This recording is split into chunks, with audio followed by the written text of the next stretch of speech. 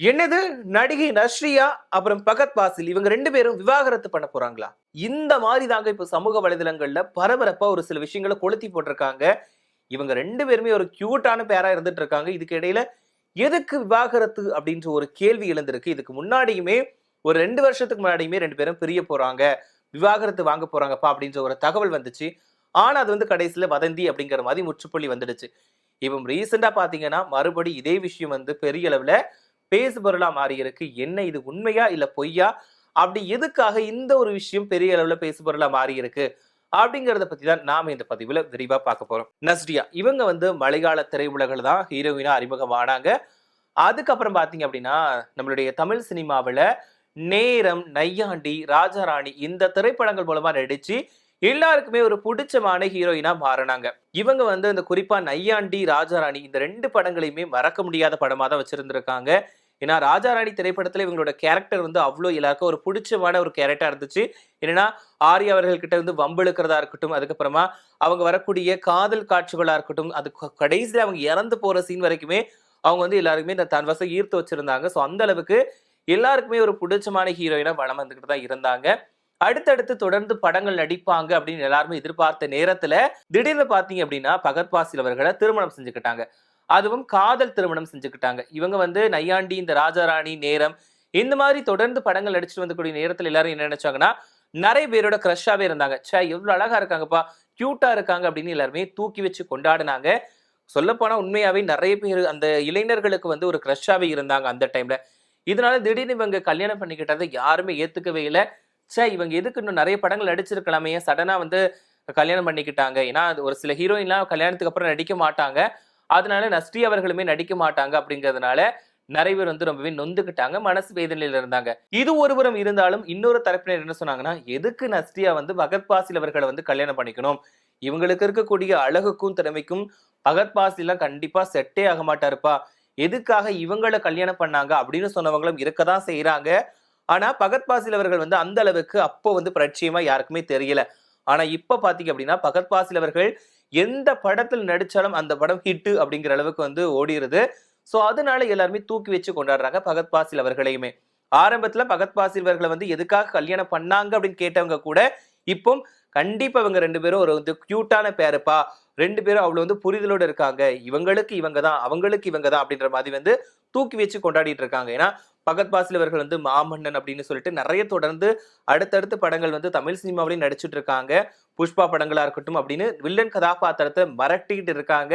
So இதனால எல்லாருக்குமே ஒரு புடிச்சமான ஹீரோவா இன்னைக்கு பகத் பாசில் அவர்களுமே இருந்துகிட்டு தான் இருக்கிறாங்க. இதுக்கு இடையில திருமணத்துக்கு அப்புறமாவும் நம்மளுடைய நஸ்ரி அவர்கள் படங்கள் நடிச்சுக்கிட்டு தான் இருக்கிறாங்க. இப்போ ரீசெண்டா பாத்தீங்க அப்படின்னா நடிகர் சூர்யா அவர்கள் கூட சேர்ந்து நடிகை நஸ்ரியா ஒரு திரைப்படத்தில் நடிச்சுட்டு வந்துட்டு இருக்காங்க. சோ இந்த திரைப்படத்தின் மீதான எதிர்பார்ப்பு ரொம்பவே பெரிய அளவுல இருக்கு. ஏன்னா நஸ்ரி அவர்கள் வந்து திருமணத்துக்கு அப்புறமாவும் சில படங்கள்ல நடிச்சுட்டு வந்துகிட்டு தான் இருக்கிறாங்க. இருந்தாலும் அந்த படங்களும் பேர் சொல்லக்கூடிய அளவுக்கு தான் ஓடிக்கிட்டு இருக்குது. ஒரு 2 வருஷத்துக்கு முன்னாடி பாத்தீங்க அப்படின்னா சூட்சும வர்த்தினி அப்படின்ற திரைப்படத்துல நடிகை நஸ்ரி அவர் நடிச்சிருந்தாங்க. சோ இந்த படம் வந்து பெரிய அளவுல ஹிட் படமா மாறி இருந்துச்சு. அந்த படத்தோட டைம்ல அந்த படம் ரிலீஸ் ஆன டைம்ல கூட நடிகை நஸ்ரி அவர்களுக்கு விவாகரத்து ஆக போகுது அப்படின்ற மாதிரியான வதந்தி ரொம்ப பெரிய அளவுல பேசு பொருளா இருந்துச்சு. என்னன்னா அந்த டைம்ல நடிகை நஸ்ரியா வந்து யாருக்கிட்டையும் அவ்வளவா க்ளோஸா இல்ல. நண்பர்கள் கிட்ட இருந்து ஒதுங்கி இருக்காங்க. நண்பர்கள் கான்டாக்ட் பண்ணா கூட ஃபோன் எடுக்க மாட்றாங்க, ரெஸ்பான்ஸ் பண்ண மாட்றாங்க. மெசேஜ் பண்ணா கூட ரிப்ளை பண்ண மாட்றாங்க அப்படின்ற மாதிரி நிறைய பேர் சொல்லிக்கிட்டே இருந்தாங்க. சோ அந்த நேரத்துல அவங்க வந்து ஒரு பதிவு போட்டிருந்தாங்க. அந்த பதிவு வந்து ரொம்பவே வைரலா போச்சு. ஏன்னா அந்த டைம்ல இவங்க வந்து ஒதுங்கி இருக்காங்க. யார்ட்டயும் பேசாம இருக்காங்க. மனசுல வந்து ரொம்பவே நிறைய விஷயங்கள வச்சிருக்காங்க. ஓப்பனா ஷேர் பண்ண மாட்றாங்க அப்படின்ற விஷயம் வந்து பெரிய அளவுல எல்லாருக்குமே தெரிய ஆரம்பிச்சதுனால, என்னவா இருக்கும் அப்படின்னு கேள்விக்குறி எழுந்த நேரத்துல அவங்க ஒரு விளக்கமும் குடுத்திருந்தாங்க. சோ அதுல வந்து நஸ்ரியா என்ன சொல்லியிருந்தாங்கன்னா, என்னோட நண்பர்கள், என்னோட உடன் பணிபுரிந்தவர்கள் பலருமே என்ன தொடர்பு கொண்டாங்க. ஆனா யாருடைய தொடர்பையும் ஏற்கக்கூடிய மனநிலையில நான் இல்ல. கடந்த சில மாதங்களா உணர்வு ரீதியா பல பிரச்சனைகள நான் சந்திச்சுட்டு வரேன். இதனால சோசியல் மீடியாக்கள்ல நான் வந்து ஆக்டிவா இருக்க முடியல. என்னோட உணர்வு ரீதியான பிரச்சனையால எனது பிறந்த நாள், புத்தாண்டு, நான் நடிச்சு வெற்றி பெற்ற சூட்சுமர்த்தினி படம் உள்ளிட்டவைகள்ல பங்கு பெற முடியல. இதுலெல்லாம் பங்கு கொள்ளாததற்கான காரணத்துக்காக நான் வந்து உங்ககிட்ட மன்னிப்பு கேட்டுக்கிறேன். அது மட்டும் இல்லாம எனக்கு வந்து சிறந்த நடிகைக்கான விருத வந்து கேரளா வந்து வழங்கியிருக்காங்க. கேரளாவுல நான் சிறந்த நடிகைக்கான விருது வாங்கியிருக்கேன். எனக்கு அதுக்கு ரொம்பவே நன்றி. சோ அந்த விருது கிடைச்சதுக்கு நான் ரொம்பவே மகிழ்ச்சியா நினைக்கிறேன். ஸோ நான் இந்த பிரச்சனைகள்ல இருந்து என்னோட மனசு ரீதியான பிரச்சனைகள் இருந்துட்டு நான் வந்து கடந்து வர்றதுக்கு நான் வந்து முயற்சிக்கிறேன். மறுபடியும் நான் வந்து பழைய நிலைமைக்கு வர்றதுக்கு கொஞ்சம் காலம் எடுத்துக்கும்.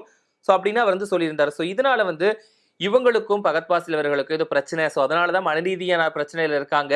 அப்படின்ற மாதிரிலாம் ஒரு வதந்திகள் வந்துச்சு. ஆனா விவாகரத்து வாங்க போறாங்கப்பா 2 பேரும். அப்படின்ற மாதிரி இந்த 2 வருஷத்துக்கு முன்னாடிலாம் பேச்சு எழுந்துச்சு. இவங்களுக்கு வந்து ஒரு குழந்தையுமே இருக்காங்க. ஸோ இதுக்கு இடையில பார்த்தீங்கன்னா, இந்த விவாகரத்து வழக்கு பெரிய அளவுல பேசு பொருளா மாறிச்சு. ஆனா கடைசியில பார்த்தீங்கன்னா, இது வதந்தி அப்படிங்கிறது தெரிய வந்துடுச்சு. ஸோ இப்ப பார்த்தீங்க அப்படின்னா, மறுபடியும் ஒரு பதிவ வந்து நஸ்ரியா வந்து போட்டிருக்காங்க. ஸோ இதுதான் ரொம்பவே வைரலா போய்க்கிட்டு இருக்கு. என்னன்னா, நான் வந்து அந்த சிவப்பு துணிய பார்த்து ஓடக்கூடிய காளைகள வந்து நான் பைத்தியம்னு நெனச்சிருந்தேன். ஆனா இப்போ தான் எனக்கு புரியுது. ஸோ அதே மனநிலைமையில தான் நான் இப்ப இருக்கிறேன். அந்த நிலையில தான் நான் இருக்கிறேன் அப்படின்ற மாதிரி ஒரு பதிவு வந்து நஸ்ரியா போட்டிருக்காங்க. அதுதான் கொஞ்சமே வைரலா போய்க்கிட்டு இருக்கு. என்னன்னா, இவங்க வந்து அந்த சிவப்பு கொடி, காளிலாம் வச்சு பேசுறப்போ, பகத் பாசில் அவர்கள குறிப்பிட்டு தான் பேசுறாங்களோ அப்படின்ற மாதிரியும் நெறைய பேர் வந்து கேள்விகள முன்வைக்கிறாங்க.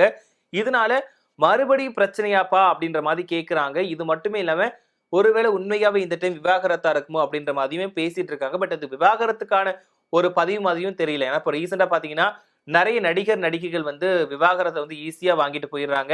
ஸோ அதுல வந்து ஜிவி பிரகாஷ் சைந்தவி, ரவிமோகன் ஆரத்தி, அப்புறம் தனுஷ், ஐஸ்வர்யா இப்படின்னு நெறைய பேர சொல்லிக்கிட்டே போகலாம். இவங்க எல்லாரும் திடீர்னு விவாகரத்து வாங்கிட்டே இருந்தாங்க.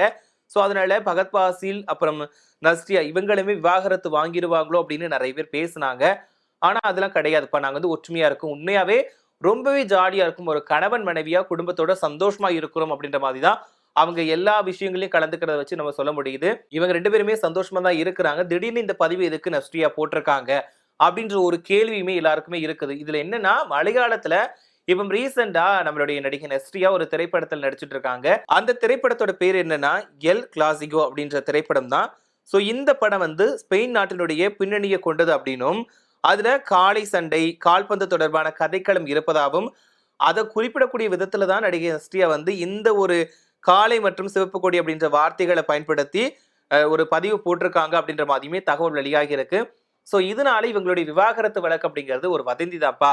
இவங்க வந்து விவாகரத்துலாம் பண்ண போறது கிடையாது. இவங்க வந்து இந்த காளை தொடர்பான படத்துல நடிச்சிட்டு இருக்கிறதுனால, ஸோ அத குறிப்பிட்டு இவங்க வந்து ஒரு போஸ்ட் போட்டிருக்காங்களே தவிர, மத்தபடி பகத் பாசில், நஸ்ரியா இவங்க வந்து பிரிய போறதுக்கு வாய்ப்பே கிடையாது. ஸோ இவங்க 2 பேருமே வந்து ஒரு கியூட்டான கப்புலா, ஒரு புரிதலான கப்புலா தான் இன்னைக்கு வரைக்கும் இருந்துகிட்டு இருக்காங்க.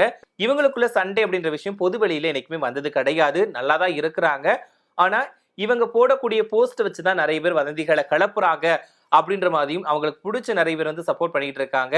எஸ் ஃபைனலி இந்த விவாகரத்து அப்படிங்கிறதெல்லாம் கிடையாதுப்பா. இவங்க வந்து படத்தோட ப்ரமோஷனுக்காக தான் இந்த மாதிரி போட்டிருக்காங்களே தவிர, இதுல வேற எதுவுமே கிடையாது. குடும்ப விஷயத்த கொண்டு இதுல இழுக்காதீங்க அப்படின்ற மாதிரி நெறைய பேர் வந்து சப்போர்ட் பண்ணிட்டு இருக்காங்க.